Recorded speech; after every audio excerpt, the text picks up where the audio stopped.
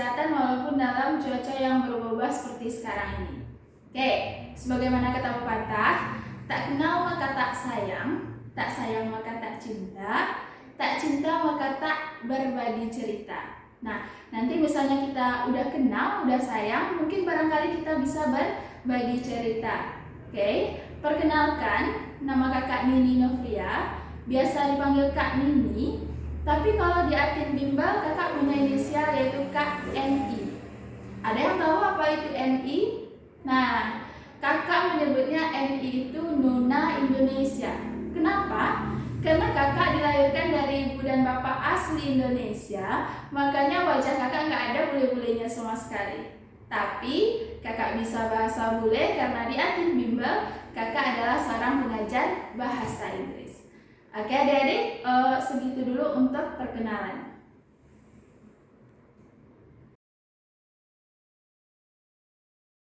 Oke baik adik-adik, kali ini kita akan mempelajari salah satu tenses yang sangat penting untuk bisa fasih berbahasa Inggris. Dia adalah simple present tense seperti yang kakak tuliskan di depan. Simple present tense adalah pola pembentukan kalimat untuk menyatakan kegiatan atau kejadian yang rutin kita lakukan. Dia juga digunakan untuk suatu kebenaran umum atau rutinitas yang kita lakukan dalam kehidupan sehari-hari. Contoh, kita ingin menyatakan kami belajar bahasa Inggris setiap hari Selasa misalnya. Gimana cara kita merubahnya ke dalam bahasa Inggris? Nah, itu yang akan kita pelajari sekarang. Tapi sebelum kita membentuk kalimat, kita harus tahu dulu keterangan waktu apa saja yang bisa kita gunakan untuk membentuk kalimat dalam bahasa Inggris. Di depan sudah kakak tuliskan. Contohnya, setiap hari, yang bahasa Inggrisnya adalah every day. Kemudian setiap minggu, every week. Setiap bulan, every month. Kemudian setiap hari minggu, every Sunday. Sebenarnya masih banyak lagi keterangan waktu yang bisa kita gunakan.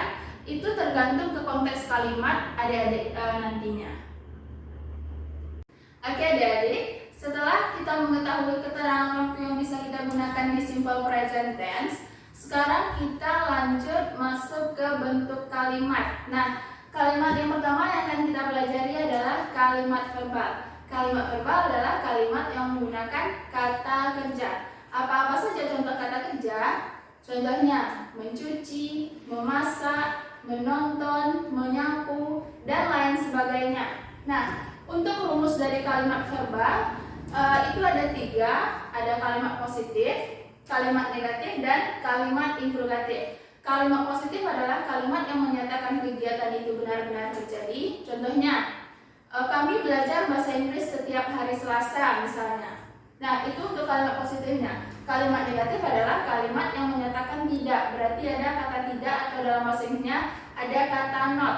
Berarti kami tidak belajar bahasa Inggris setiap hari Selasa. Nah, kemudian ada kalimat interrogatif atau kalimat tanya. Bunyinya, apakah kami belajar bahasa Inggris setiap hari Selasa? Untuk rumusnya, kalimat positif ada subjek. Subjek itu adalah pelakunya atau orangnya. Kemudian ditambah dengan verb one atau kata kerja bentuk pertama. Di mana kita bisa menemukan kata kerja tersebut? Adik-adik bisa temukan kata kerja bentuk pertama, kedua, dan ketiga di kamus bagian tengah. Di lajur pertama adalah kata kerja bentuk pertama, lajur kedua adalah kata kerja bentuk kedua, dan lajur ketiga adalah kata kerja bentuk ketiga. Lajur keempat adalah arti atau meaning dari kata kerja yang sebelumnya. Nah, kemudian di sini ada penambahan s atau is, tapi kita berpatokan ke subjeknya. Kalau subjeknya orang ketiga tunggal baru berlaku penambahan s atau is. Tapi kalau subjeknya bukan orang ketiga tunggal, tidak berlaku penambahan s atau is. Nanti kita akan lihat seperti apa itu subjek ketiga tunggal untuk penambahan s atau is di kata kerja. Setelah verb one dia ditambah dengan objek. Nah, untuk kalimat negatif rumusnya ada subjek ditambah do atau does. Ada kata atau berarti kita pilih salah satu. Gimana cara memilihnya? Nah, kakak kasih petirnya. Petirnya kalau di Atin Bimbel kita punya petir. Petir itu digunakan untuk cara mudah untuk mengingat. Petirnya kakak bungkus dengan cinta. Karena kalau sudah cinta susah lupa. Petirnya adalah, ingat saja artis Ayu Dewi. Apa maksudnya Ayu Dewi? I artinya saya, you artinya kamu, they artinya mereka, we artinya kita atau kami. Nah, kalau subjeknya Ayu Dewi, pakaikan dia atau pasangkan dia dengan do. Nah, kemudian ingat kata oke tuh. Oke tuh.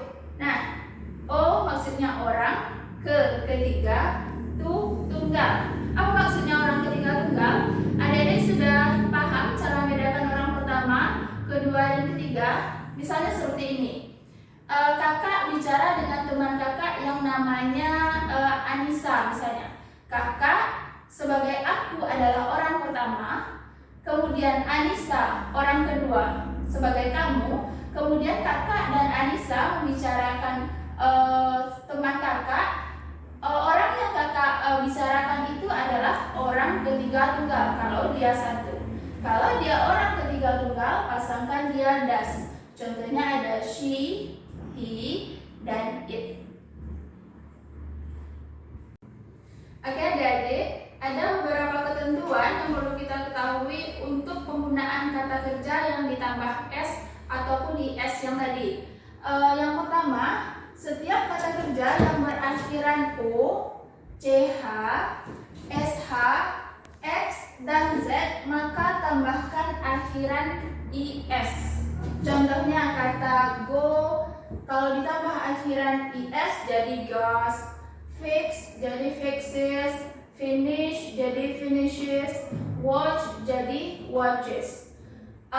Ketentuan yang kedua, setiap kata kerja yang berakhiran y dan sebelumnya adalah huruf mati. Untuk informasi saja, perbedaan antara huruf hidup dan huruf mati. Kalau huruf hidup adalah a, i, u, e, o. Selebihnya adalah huruf mati. Nah, maka y diganti dengan i, kemudian ditambah dengan is. Contoh carry. Carry diakhiri oleh huruf y. Sebelum huruf y adalah huruf mati, huruf r. Maka jadinya carries. Kalau subjeknya ketiga tunggal. Kemudian cry jadi cries, fry jadi fries.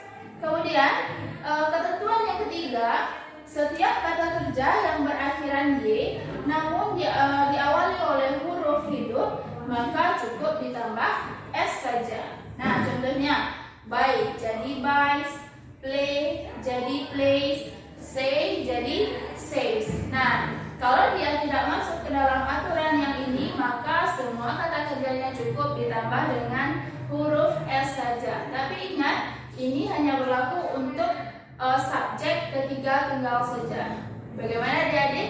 Sampai di sini sudah cukup paham? Oke adik-adik, sekarang kita masuk ke contoh kalimat verbal. Di depan sudah kakak tuliskan contohnya. Andi bermain sepak bola setiap hari Minggu. Nah, tadi kita sudah belajar 3 rumus, ada kalimat positif, kalimat negatif, dan kalimat interrogatif. Nah, kita bikin dulu, kita analisa dulu. Andi itu orang keberapa? Orang pertama, kedua, atau ketiga? Nah, kalau dia nama orang tunggal, berarti dia adalah orang ketiga tunggal. Orang ketiga tunggal, dia berfungsi sebagai subjek. Kemudian play, bermain, bahasa Inggrisnya play. Nah, kalau dia orang ketiga tunggal, berarti berlaku penambahan s atau is. Berarti kita pilih salah satu, mau ditambah s atau is di sini. Ingat ketentuan kita yang 3 tadi. Kalau kata kerjanya berakhiran y, dia diawali oleh huruf hidup, maka dia ditambah dengan huruf s. Maka di sini ditambah dengan s. Place jadinya. Place berfungsi sebagai kata kerja bentuk pertama. Kemudian football berfungsi sebagai objek. Ini berfungsi sebagai keterangan waktu atau adverb of time. Nah, Sekarang kita lanjut ke kalimat negatif. Untuk kalimat negatif, masukkan subjek. Andi adalah sebagai subjek. Kemudian ada penambahan do atau does. Kita pilih salah satu. Andi adalah orang ketiga tunggal, berarti dia ditambahkan dengan kata does. Ditambah not. Football tadi sebagai objek dan ini sebagai keterangan waktu. Dan sekarang kita lanjut ke kalimat interrogatif. Karena di sini tadi pakai does, otomatis di kalimat interrogatif juga pakai does.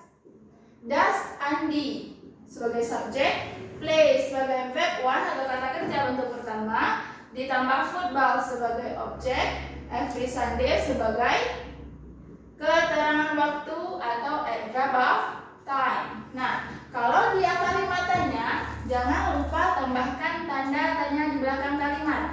Kalau orang bertanya pasti harus dijawab. Kalau jawabannya iya, yes, he. Di mana dapat he-nya?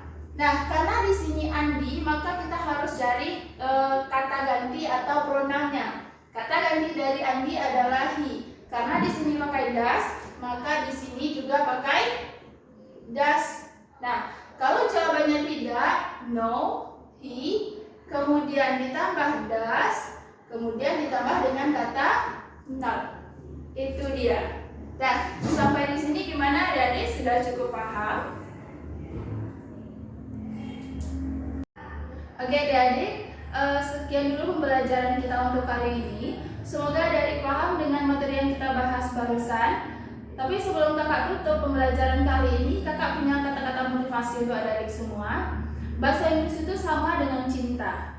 Jika kita ingin memahami dan mengertinya, maka dia terasa mudah. Tapi sebaliknya, jika kita tidak ingin memahami dan mengertinya, dia akan terasa sangat sulit bagi kita. Jadi intinya, jika adik-adik ingin bisa berbahasa Inggris, maka cintailah dulu pembelajaran bahasa Inggris itu sendiri. Oke, baik adik-adik, sekian untuk hari ini. Wassalamualaikum warahmatullahi wabarakatuh.